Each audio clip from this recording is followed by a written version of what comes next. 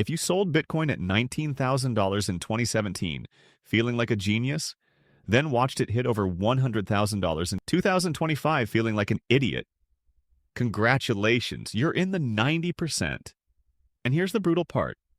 You didn't lose because you're dumb. You lost because your brain is literally wired to make you poor. There are 3 psychological triggers that make people sell at exactly the wrong moment. And if you don't recognize them, you're going to keep repeating this expensive mistake for the rest of your life. Quick disclaimer. This is purely educational content, not financial advice. Do your own research and make your own informed decisions. Look, we've all been taught buy low, sell high since we were kids playing Monopoly. It's investing common sense, right? Except when it comes to Bitcoin, that advice is about as useful as a screen door on a submarine. Because here's what actually happens in the real world. You buy Bitcoin. Price goes up 50%. You feel like a financial wizard. Then it drops 20%. And suddenly you're having a panic attack at 2 a.m. refreshing coin market cap, like it's going to change if you look hard enough. So you sell. You lock in gains or cut your losses. You feel relief.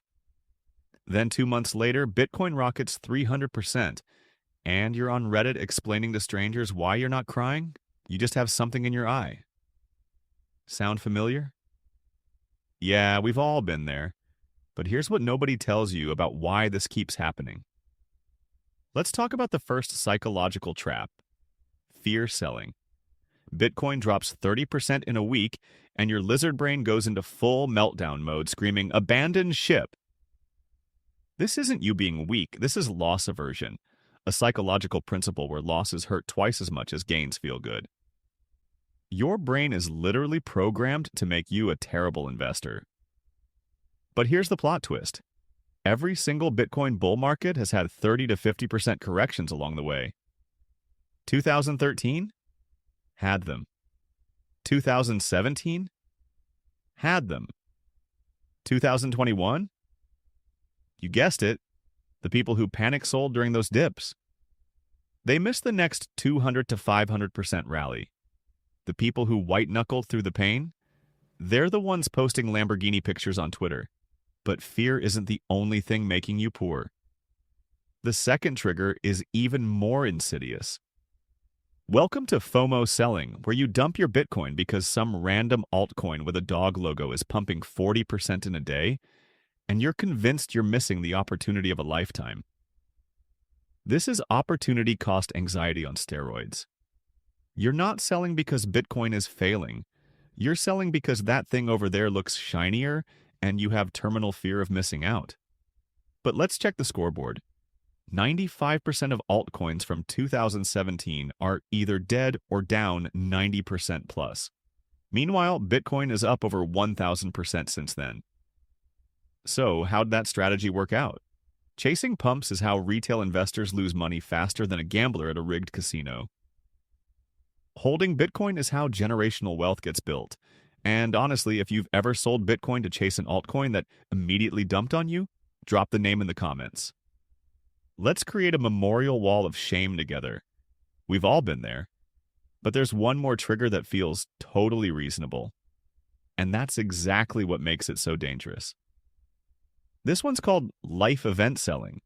You need cash for a house down payment, a new car, maybe an emergency, so you sell your Bitcoin. And unlike the other triggers, this one feels completely justified, right? You're not being emotional, you're being responsible. Except here's the problem. You just converted your hardest, scarcest asset into depreciating paper money to buy depreciating things. That house cost you money every single month in taxes, insurance, and maintenance. That car lost 20% of its value the second you drove it off the lot. Meanwhile, the Bitcoin you sold, it's been appreciating at 50 to 200% annually on average.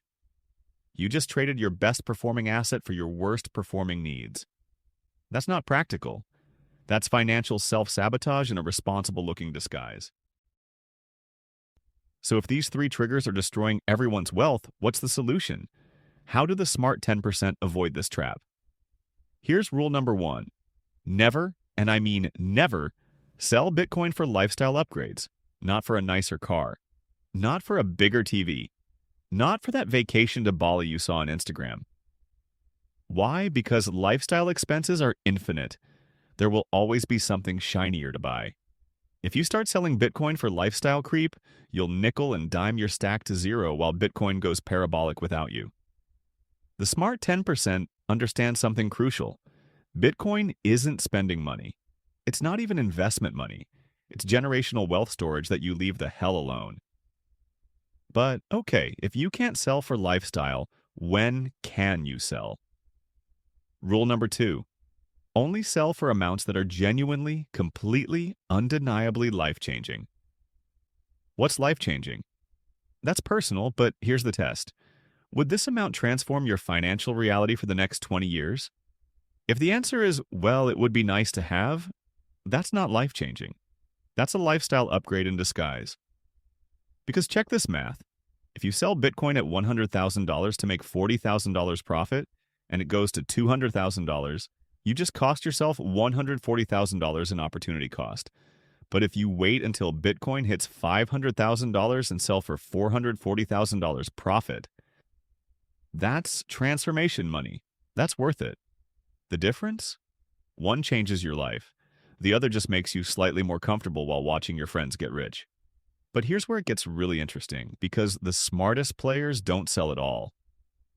Rule number 3 is the game changer that separates retail from institutional thinking. Borrow against your Bitcoin instead of selling it.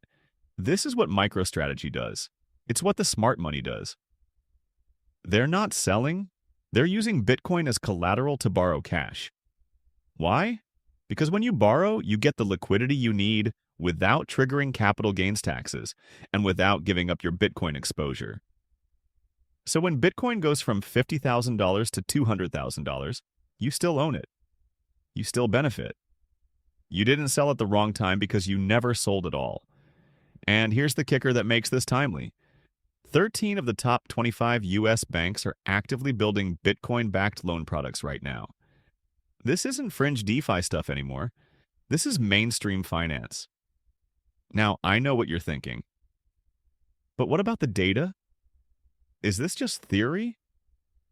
Let's look at the scoreboard. Michael Saylor's MicroStrategy has been accumulating Bitcoin since 2020.